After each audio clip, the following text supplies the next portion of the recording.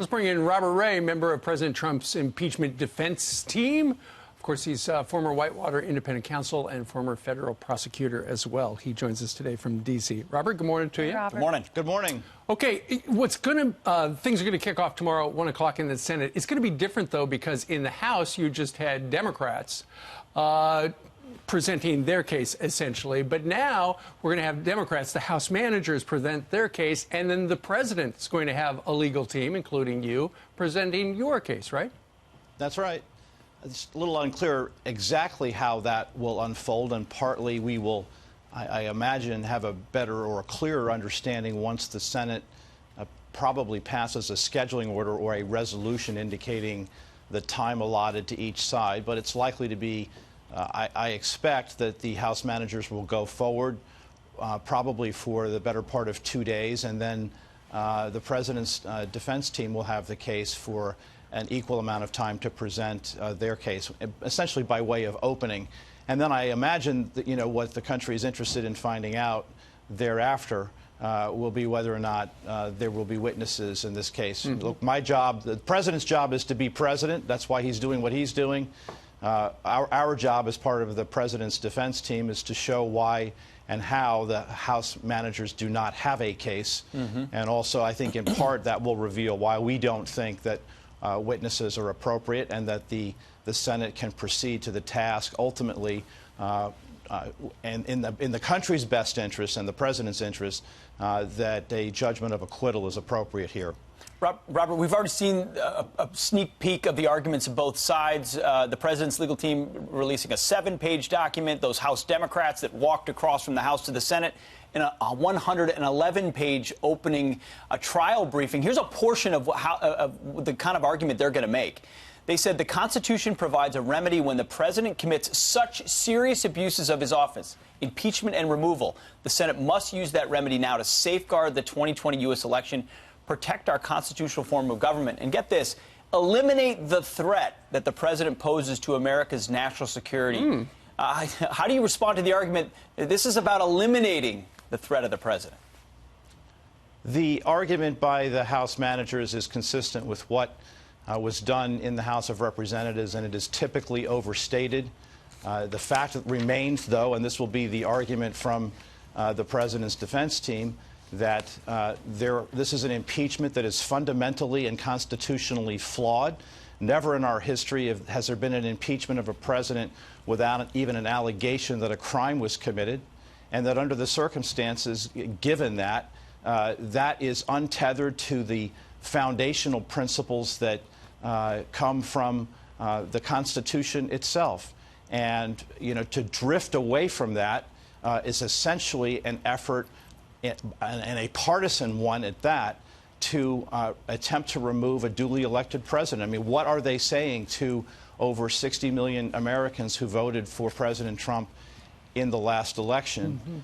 It is only under very exceptional circumstances that a president should be removed. That's the founders' intent, and it can only be done under the Constitution in the Senate if there's a 2/3 supermajority, which necessarily means that it is bipartisan. And since this effort is entirely partisan, it is flawed from the beginning. So, Robert, we are following this. We keep hearing the Democrats want all these witnesses called, but Republicans, like Lindsey Graham, is saying we want this to be very quick. We don't want this to drag on for a long time. We're hearing the phrase kill switch being thrown out there. Is there anything that you can do just to make sure that if the president gets his way, that Republicans can push this thing quickly through? Look, I think you heard from the minority leader, Chuck Schumer, about the efforts that will be made, and perhaps early on, to force votes, I think presumably in order to put various senators, particularly those up for re-election, in a difficult position and to have to cast votes. But at the end of the day, the majority leader, Mitch McConnell, and his Republican colleagues determine what the rules of this proceeding, what the rules of the road will be. I think you will see that unfold tomorrow. And those rules will provide fairness to both sides. You haven't heard from the president's defense team yet.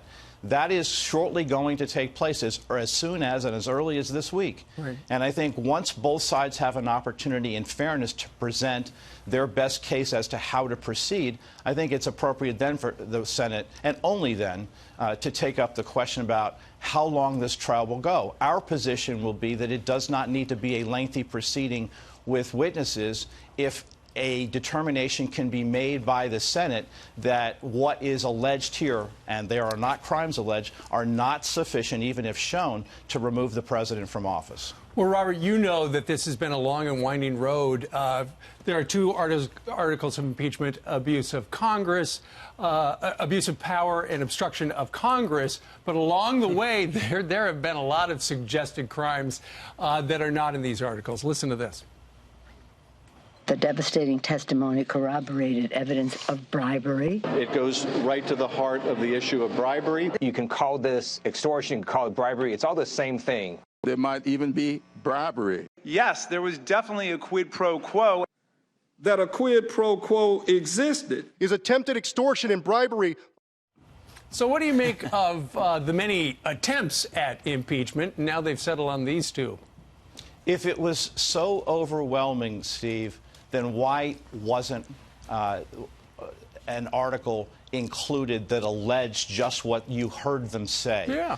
In other words, if it was so overwhelming and this was such a pressing danger to the country, first, how come bribery, extortion, obstruction of justice, an illegal foreign campaign contribution, or any of those crimes, which arguably would constitute high crimes and misdemeanors, why weren't they alleged? And suggesting further, as the Speaker has and the House Democrats, that this was so pressing along the way that it warranted the immediate removal of the president from office. How come the Speaker of the House of Representatives held on to these articles and held them hostage for a period of almost an entire month? Yeah, Robert, it's because they've jumped from argument to argument. It's almost like they know who their criminal is. They just have to find the crime. So they found the best poll-tested argument throughout. Now we didn't even include Russian collusion. Yeah, sure. That wasn't even in there. And this is not going to be allowed to be pinned the tail on the impeachment. Well, that's what they're trying to do. But the latest one is, Robert, is we got to have witnesses. And you mentioned a little bit in your first answer, but